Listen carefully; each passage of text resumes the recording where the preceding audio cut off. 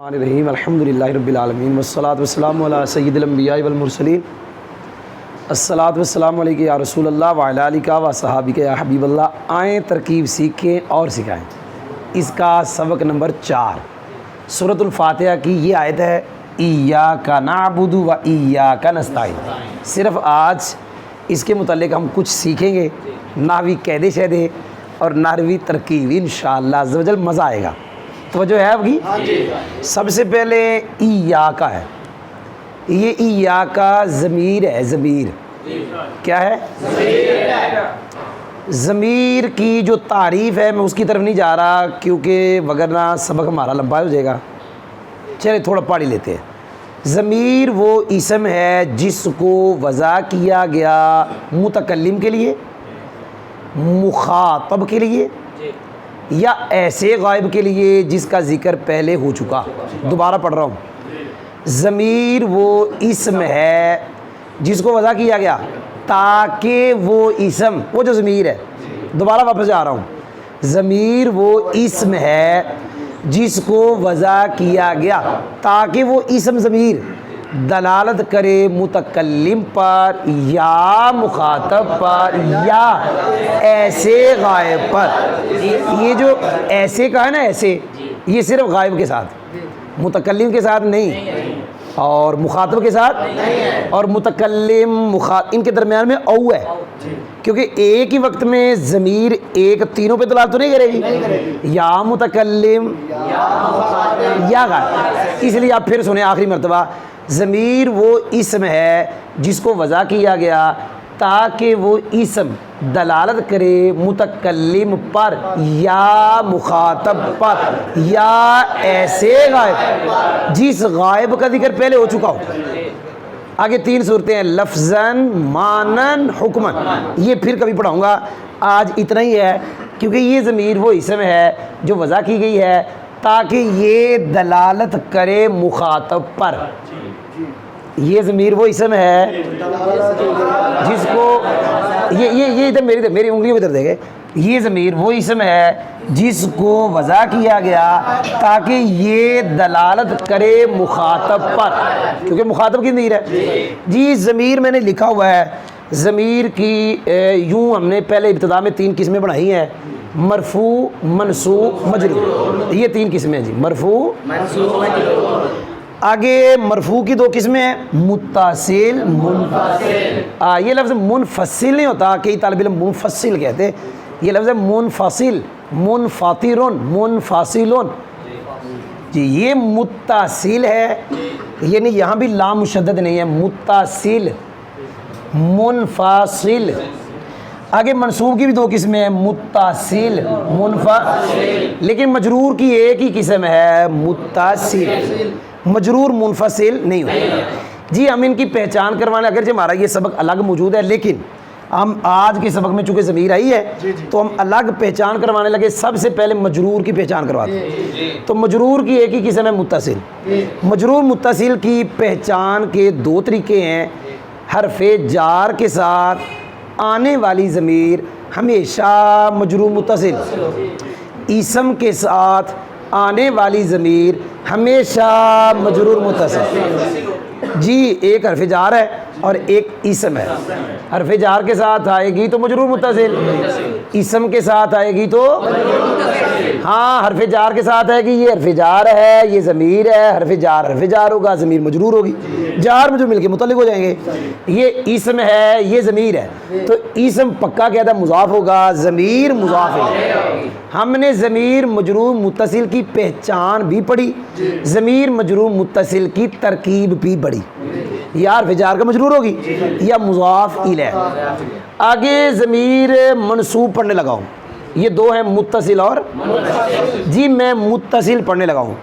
فعل کے بعد، میں نے لفظ کہے ہیں، فعل کے بعد۔ نمبر 2 مشبہ بالفعل کے بعد۔ قرآن پاک میں انا اعطینا، اعطینا یہ فعل ہے، عام طور پہ ہم اس کو پورے کو فعل کہتے ہیں، بچہ کوئی بھی طالب علم چھوٹا کہتا ہے اعطینا فعل، اگرچہ اس میں نا ضمیر فاعل ہے لیکن عام طور پہ کیا کہتے ہیں، اس لیے میں کہہ رہا ہوں اعطینا فعل آگے ہے آتینا کا، یہ ضمیر فعل کے یہ پکا قید ہے منصوب متصل.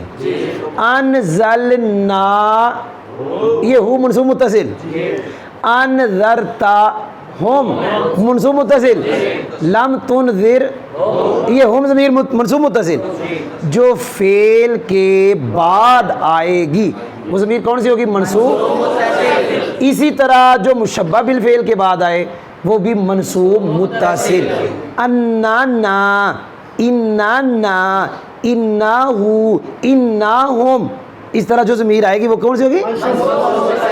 جی یاد ہوا ہے جی. منصوب متصل کی پہچان کے بھی دو طریقے.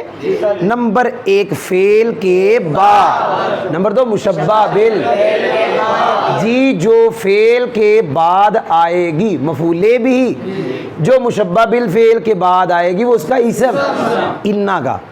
جی منصوب منفصل کی پہچان کروانے لگا ہوں. جو ضمیر ایا سے شروع ہو، جی سنا ہے آپ نے، جو ضمیر پکا قاعدہ ہے وہ ضمیر منصوب منفصل. اور ترکیب میں 99% پنجابی میں کہتے ہیں اور اردو میں کہتے ہیں 99%. وہ ستے ہو جاگ رہے ہو. یہ جو ضمیر ہے اس کی پہچان میں نے بتائی ہے لیکن یہ پتہ نہیں کہاں گم ہے. منصوب منفصل کی پہچان ایا سے، یہ لفظ ہے ایا جو یہاں سے شروع ہوگی منصوب، اور یہ ترکیب میں 99% مفعول بھی. یاد ہوا ہے میں نے سب سے پہلے اس کی پہچان کے دو طریقے بتائے، پھر ترکیب بتائی. اس کی پہچان کے دو طریقے بتائے، اس کی پہچان کا ایک ہی طریقہ اور ترکیب بتائی. جی اب آ جائیں مرفوع کی طرف.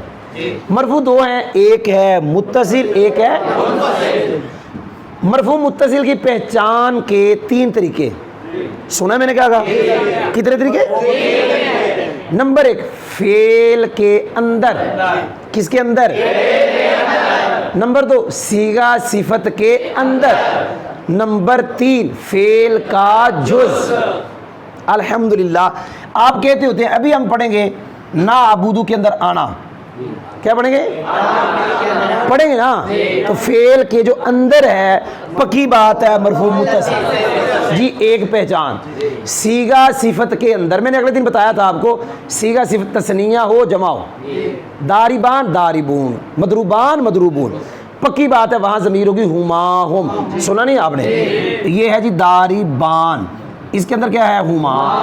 داربون اس کے اندر ہم. صیغہ صفت کے اندر جو ہوگی وہ بھی مرفوع متصل. کیا کہا؟ جو صیغہ صفت کے اندر ہوگی داربان داربون ہما ہم. پئی سمجھ آ گئی ہے؟ تو کتنی پہچانیں ہوگی؟ تیسری پہچان فعل کا جز.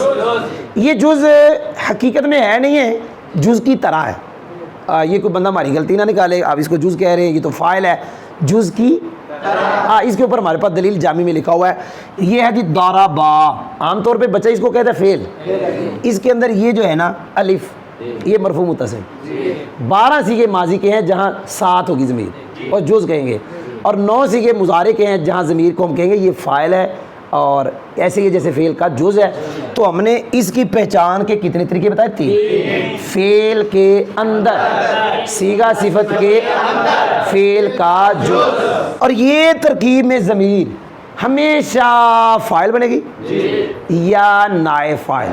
سنا ہے؟ فاعل پیچھے رہ گئی یہ والی. یہ ضمیر کی پہچان ہے جو ان چاروں کے علاوہ ہے وہ یہ ہے. آپ نے سنا نہیں یار؟ جو ان چاروں کے، جی میں دہراتا ہوں. نمبر 1 حرف جار کے ساتھ نہ ہو، اسم کے ساتھ نہ ہو. نمبر 3 2 ہو گئے، جار کے ساتھ بھی نہ ہو، اسم کے ساتھ بھی. نمبر 3 فعل کے بعد نہ ہو. نمبر 4 مشبہ بالفعل کے بعد. نمبر 5 فعل کے اندر بھی نہ ہو، صیغہ صفت کے اندر بھی نہ ہو، فعل کا جوز بھی نہ ہو. ان سب کے علاوہ ہوگی مرفوع. یہ ترکیب میں اکثر مبتدا. اب مجھے بتائیں قرآن پاک میں ہے ایاکا. کیا ہے قرآن پاک میں؟ میں نے کہا تھا جو یا سے شروع ہو منصوب، میں نے کہا تھا 99% کیا بنے گی، لہذا ترکیب بھی آ گئی کہ یہ کیا ہے، آگے جا رہا ہوں، نعبدو یہ فعل ہے، کیا ہے جی، ہم مانتے ہیں صرف پہلے آنی چاہیے نہ بعد میں، کیونکہ جب تک آپ کو فعل کا پتہ نہیں چلے گا فاعل تلاش نہیں کر سکتے، یہ فعل ہے اور ہر فعل کے لیے فاعل کا ہونا ضروری ہے۔ نعبدو فعل ہے، ہم نے بتایا ہوا ہے پچھلے سبقوں میں بھی، مضارع کے 3 صیغوں کا فاعل ہمیشہ اندر، اور ابھی ہم نے بتا دیا جو اندر ضمیر ہوگی مرفوع متصل اس کا فاعل، اور واحد مذکر حاضر 1، واحد متکلم 2، جمع متکلم 3، ان کا فاعل ہمیشہ اندر۔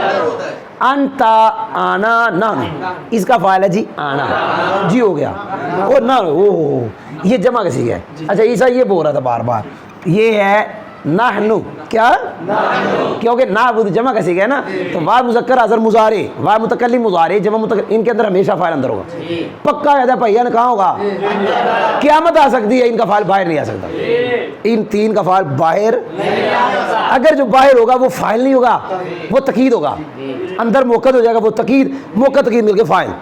آگے جا رہا ہوں، ای یا کا بتائیں وہی ضمیر ہے بھائی، بول لے کہاں سے شروع ہے، کون سی منصوب منفصل، ترکیب میں 99% مفعول ہے، یہ مفعول بھی ہے، نستعین جمع متکلم مضارع اندر فاعل نحن، جی جوڑتے جی فعل نحن فاعل، فعل اور یہ فاعل اور یہ ضمیر مفعول فعل اپنے فاعل مفعول بھی سے مل کر جملہ فعلیہ خبریہ، واو حرف عطف، ایا کا ضمیر منصوب منفصل مفعول بھی مقدم، ادھر بھی کہنا تھا ضمیر منصوب مفعول بھی فعل فاعل مفعول بھی مقدم جملہ فعلیہ خبریہ، ضمیر منصوب منفصل مفعول بھی نستعین فعل نحن فاعل مفعول بھی جملہ فعلیہ خبریہ۔ جی یاد ہو گیا ہے بھائی، بولے ٹائم کی قلت کی وجہ سے ہم چاہتے سبق لمبا نہ ہو، تھوڑا ہو، آگے جا رہا ہوں۔ مفعول بھی معمول ہوتا ہے، جس کا ہوگا وہ عامل ہوگا، یہاں یہ مفعول بھی کس کا ہے، یہ معمول ہے، یہ عامل ہے، یہ مفعول بھی کس کا ہے، یہ معمول ہے، یہ عامل ہے۔ یاد رکھیں عامل کا مقام پہلے ہوتا ہے، معمول کا مقام بعد، یہاں دیکھیں پہلے کون آ گیا، معمول، یہاں پہلے کون آ گیا، حالانکہ عامل پہلے آنا چاہیے، مقام اس کا پہلے وہ ہوگا، پھر وہ معمول ہوگا جس میں وہ کام کرے گا، پہلے مستری ہوگا، پھر وہ جگہ ہوگی جس جگہ پہ اینٹیں لگانی ہیں، اگر مستری نہیں تو اینٹیں کون لگائے گا، کوئی نہیں سمجھ آئی، تو پہلے معمول نہیں ہوتا، پہلے عامل کام کرنے والا، بعد میں وہ ہوتا ہے جس میں کام اس نے کیا ہے، یہ معمول ہے، یہ عامل، یہ معمول ہے، یہ ہونا چاہیے تھا معمول بعد میں ہوتا، عامل جی یہاں معمول پہلے آیا، اس میں نکتہ کیا ہے، اس میں جی بلاغت کا قاعدہ ہے، ایک لفظ بولتے ہیں حصر، کیا بولتے ہیں، یہ بھی کہتے ہیں اس کو، 2 نام ہیں، حصر قصر، اس کا معنی ہوتا ہے جی بند کرنا، کیا کرنا جی، ایک یہ پورا باب ہے، چیپٹر ہے بلاغت کے اندر حصر قصر کا، اور بڑا مزیدار ہے۔ اس کا مطلب ہوتا ہے جی ایک شے کو دوسری شے پر بند کرنا، ایک شے کو دوسری شے کے ساتھ خاص کرنا کہ یہ اس کے ساتھ ہے بس، اس کے علاوہ نہیں ہے، اس کو کہتے ہیں حصر، اس کو کہتے ہیں قصر۔ جی یاد ہوا؟ اب سنیں قاعدہ، جس کا مقام بعد میں تھا وہ پہلے آ گیا، یا آپ نے اس کو پہلے رکھ دیا تو وہاں اکثر حصر مقصد ہوگا، قصر مقصد ہوگا، جس کا مقام کہاں تھا، بعد، آپ نے اس کو کہاں رکھ دیا، وہاں آپ کا مقصد حصر ہوگا، لیکن ہمیشہ نہیں، یہ یاد رکھنا میں نے کہا گا، ہمیشہ نہیں، اکثر۔ اور یہاں پکی بات ہے، یہ جو پہلے آیا، یہ عامل ہے، یہ معمول ہے، یہ عامل ہے، یہ معمول ہے، معمول پہلے آیا، یہاں حصر ہے، کیا ہے، کوئی سمجھ آئی؟ حسر جہاں ہوگا وہاں دو چیزیں ہوں گی، ایک وہ جس کو بند کر رہے ہیں، ایک وہ جس کے اوپر، ایک وہ جس کو خاص کر رہے ہیں، ایک وہ جس کے ساتھ خاص کر رہے ہیں۔ یہاں ہم عبادت کو بند کر رہے ہیں اللہ کی ذات پر، سونا جی میں نے کیا کہا؟ یہاں ہم عبادت کو خاص کر رہے ہیں اللہ کی ذات کے ساتھ، لفظ الگ الگ بول رہے ہیں۔ یہاں مدد مانگنے کو کیا، یعنی ہمارا مدد مانگنا یہ بند ہے اللہ کی ذات پر، ہمارا مدد مانگنا یہ خاص ہے اللہ کی ذات کے ساتھ۔ اللہ کی ذات کو خاص نہیں کر رہے، ہم جو عبادت کرتے ہیں اس کو خاص کر رہے ہیں اللہ کی ذات کے ساتھ۔ ہم جو عبادت کر رہے ہیں یا کرتے، ہم اس کو بند کرتے ہیں اللہ کی ذات پر۔ جی سمجھ آیا؟ اللہ کی ذات کو نہیں بند کر رہے بھائی جان، ہم جو کیا کرتے ہیں عبادت اس کو، جی یاد ہوا ہے الحمدللہ اتنا ہی بڑا جتنا پڑھا ہم ترجمہ کریں گے، ترجمے سے حسر سمجھ آئے گا۔ ہم کیا بھئی ترجمے کا طریقہ میں نے پہلے بتایا، فعل فاعل آ جائیں تو پہلے ترجمہ فاعل کا، ہم، پھر ترجمہ ہوتا ہے مفعول بھی کا، کس کا؟ اگر موجود ہو، جیسے یہاں موجود ہے، ہم تیری ہی، ہم یہ ہی حسر ہے، یہ ہی کسر ہے، ہم تیری عبادت کرتے ہیں۔ کیا مطلب؟ کسی بت کی نہیں کرتے اور کسی پیر کی بھی نہیں کرتے، کسی دربار کی بھی نہیں کرتے، ہم تیری ہی اور ہم تجھ سے ہی مدد مانگتے ہیں۔ پہی سمجھ آئی ترجمہ؟ ہم تیری اور ہم تجھ سے ہی مدد مانگتے ہیں۔ الحمدللہ سبق نمبر 4 اپنے اختتام کو پہنچا، انشاءاللہ آئندہ سبق کے لیے پھر حاضر ہوگے۔